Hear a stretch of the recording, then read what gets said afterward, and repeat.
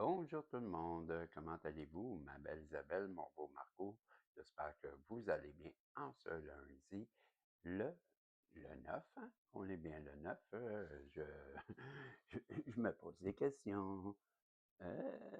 J'ai le 9. Ça donne bien. Et j'ai le 9, puis il est quelle heure là? Il est 1h09 du matin et c'est le 9. Ben, ça donne bien, on repart à 9. Donc, ben, on va aller voir. Ça va bien, Isabelle? Ça va bien, Marco? Ben, je sais bien qu'à Montréal, là, les gens, vous devez dormir au Québec, mais à l'extérieur, vous, l'avant-midi, ben, il est 7 heures. Ben, bon réveil. Et ben, moi, je vais aller continuer pour vous la lecture de Les Mystères dévoilés, qu'on était rendu, je me rappelle bien, au chapitre 5, ça se peut-tu? Qu'on était rendu là? Oui, hein? Puis même, je dirais qu'on l'avait bien entamé et qu'on était rendu à la page 146. Eh bien, si je reprenais à partir des 3 dernières phrases ou les 2 dernières, et bien, je vous souhaite, ma belle Isabelle, mon beau Marco, ce lundi, une bonne journée, une bonne semaine, et bien, commençons par une belle lecture, une bonne écoute. Donc, indépendamment de sa condition actuelle, cette lumière jaillira avec force et consumera les ombres qui cherchent à détruire son idéal et son amour pour l'être suprême et individualisé. Après avoir franchi une porte sur la droite, nous avons trouvé d'autres archives indestructibles sur la civilisation Inca, cette fois, et sur le rôle important qu'elle a joué alors.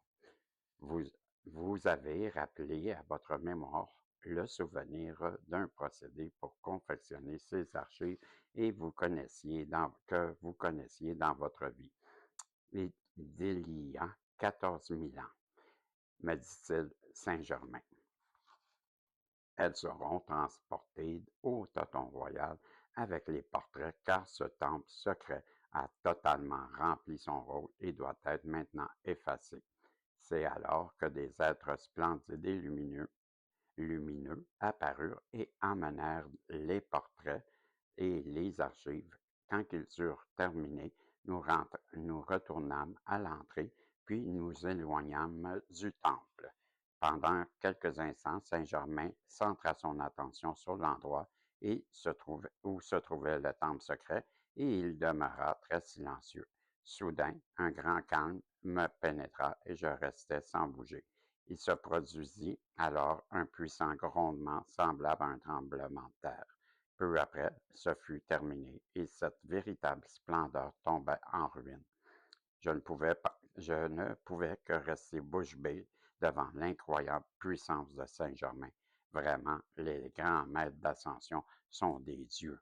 Il n'est pas surprenant que la mythologie des anciens nous ait rapporté que leur activité sous le couvert de mythes et de fables, ils détiennent ils détiennent une puissance divine colossale en tout temps parce qu'ils collent, hein? En tout temps parce qu'ils collent avec une détermination indéfectible à la présence suprême de l'univers, car elle consomme toute discorde et établit un équilibre parfait dans la manifestation. Bon, il colle. Bon, il colle. Il y a des mots des fois que je trouve, là. Bon, en tout cas. Le corps d'un maître qui a fait son ascension déverse constamment des rayons de cette essence lumineuse sur les discordes terrestres et consume tout comme les rayons du soleil physique effaçant le brouillard. Le rayonnement le rayonnement qu'il desserve sur l'humanité de la Terre est de l'énergie consciemment concentrée à laquelle il communique une qualité spécifique. Ensuite, il la rayonne afin d'obtenir un résultat précis. C'est ainsi que des milliers et des milliers de fois il protège les gens et les endroits, les conditions et les choses, sans même que l'humanité ne s'en rende compte, tandis qu'elle poursuit sa route ignorant simplement ses protecteurs et ses bienfaiteurs.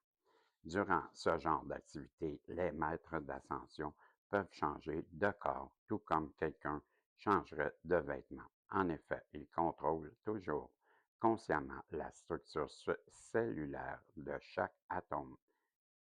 Et chaque atome, je m'excuse, ils contrôlent consciemment la structure cellulaire et chaque atome obéit à leur moindre demande. Selon le service qu'ils désirent rendre, ils sont libres d'utiliser un ou plusieurs corps car leur capacité d'assembler ou de dissoudre un corps d'atomes est absolument illimitée. Ils sont les artisans omnipotents de la manifestation de toute substance et de toute énergie parce que les forces de la nature, à savoir les 4 éléments, sont leurs serviteurs fidèles et obéissants.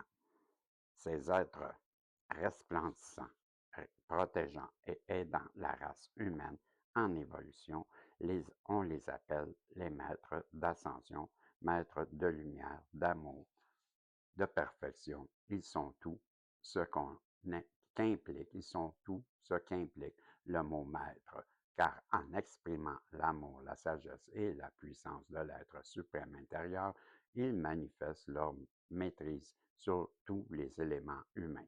C'est pourquoi ils ont fait leur ascension dans l'octave située au-delà de l'humain, l'octave de la divinité, celle de la perfection tout-puissante, éternelle et pure. Souvent, par ignorance et à cause de leurs limites, les humains de la Terre se permettent de porter des jugements et de formuler des opinions sur Jésus et sur d'autres maîtres d'ascension. Cette pratique est l'une des plus destructrices qui soit parce que ces critiques et ces jugements ne font que revenir à ceux qui les envoient, de sorte que les humains se trouvent de plus en plus enchaînés à des souffrances et à des limites qu'ils créent eux-mêmes. L'activité de la loi cosmique et les maîtres d'ascension étaient libres de toute limite humaine. Ils sont devenus une fontaine rayonnante de lumière dans laquelle aucune pensée humaine de discorde ne peut jamais entrer. Ceci force toutes les pensées et tous les sentiments négatifs à retourner à celui qui les a envoyés, ce qui les lie encore plus aux chaînes de ses créations personnelles. Si les êtres humains pouvaient voir leurs propres pensées, leurs sentiments et leurs paroles se répandre dans l'atmosphère éthérique et rassembler de plus en plus d'énergie semblable, ensuite revenir à leur point de départ, ils seraient stupéfaits de voir ce qu'ils ont généré encore plus encore, ils hurleraient pour en être délivrés. Et si juste parce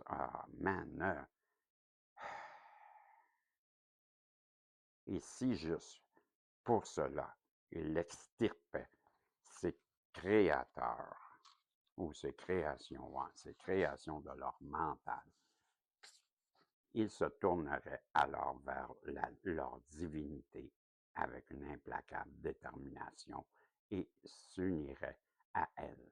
Les pensées et les sentiments sont des choses vivantes et vibrantes. Celui qui sait cela se servira de la sagesse qui est en lui et par conséquent, il se prendra en main. Jésus est pour l'humanité qui chemine sur terre ce que l'être suprême individualisé dans chaque être humain est pour le moi personnel ou extérieur. Hein, ça en dit gros des choses, ça.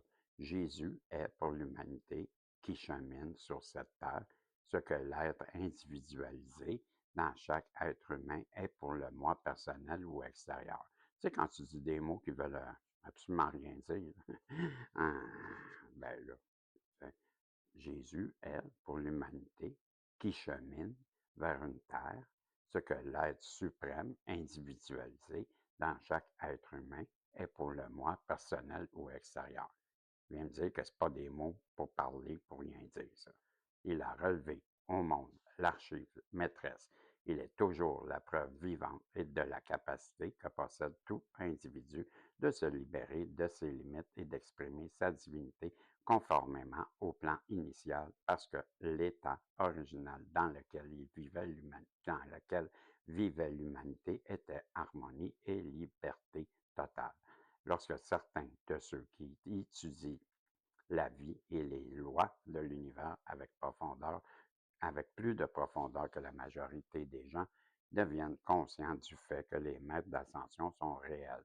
Ils éprouvent souvent le désir de se faire instruire par eux, bien qu'il s'agisse souvent là d'une aspiration naturelle de l'âme à s'élever jusqu'à la grande lumière. Le moi personnel se rend difficilement compte des conditions requises pour établir une telle relation avec les grands êtres totalement divins.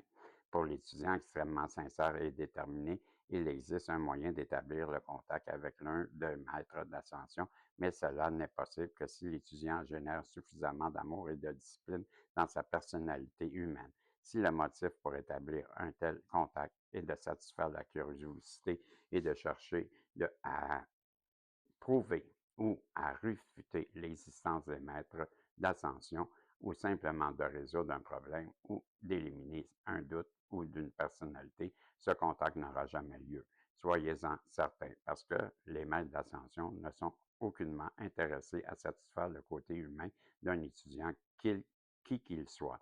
Tous les efforts inconsacrés, tout leur effort est consacré à l'expansion de l'être divin intérieur de façon à ce que sa puissance soit libérée et avec suffisamment de force pour briser les limites du moi humain qui ne lui offrait pas un parfait véhicule d'expression au niveau mental, émotionnel et physique de la manifestation.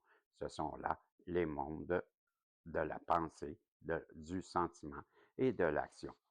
La faiblesse et les limites humaines ne font que détériorer le véhicule qui devrait, au contraire, être entraîné et maintenu dans un état optimal afin de servir efficacement le grand maître divin intérieur. Avec toutes ses facultés, le corps humain est un temple d'énergie de Dieu qui fourni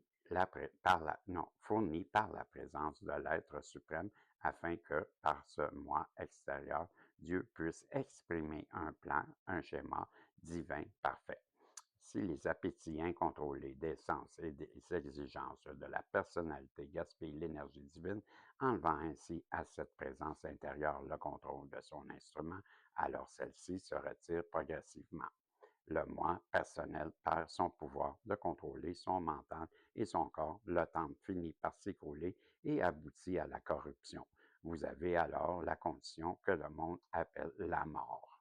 La personne qui cherche à contacter un maître d'ascension dans son corps visible, tangible et vivant qui respire, mais sans la préparation nécessaire qui lui permet d'ajuster progressivement sa structure extérieure et son mental, se trouve dans la situation d'un enfant de maternelle qui verrait un professeur de collège en insistant pour se faire instruire par lui.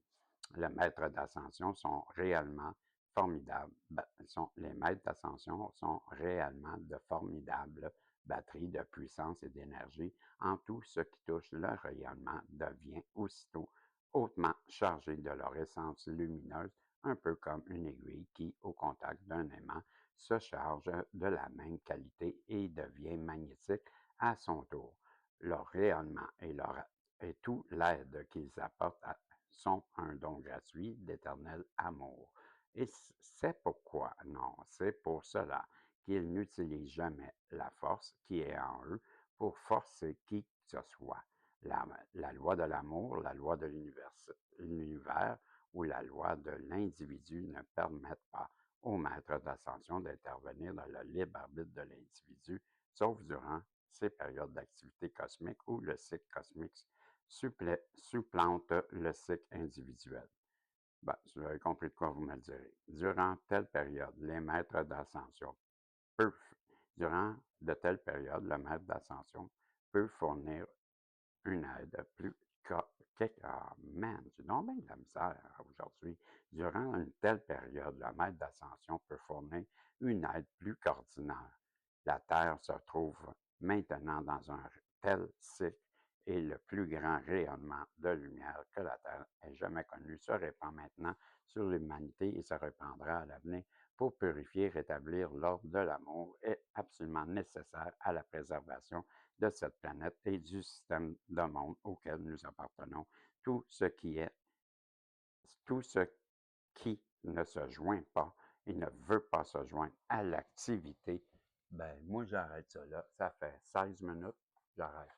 Mais je vais m'en reprendre plus tard. J'ai trop d'erreurs, là, et peut-être ça ira mieux un peu plus tard. Je sais pas pourquoi, mais là, j'ai de la misère.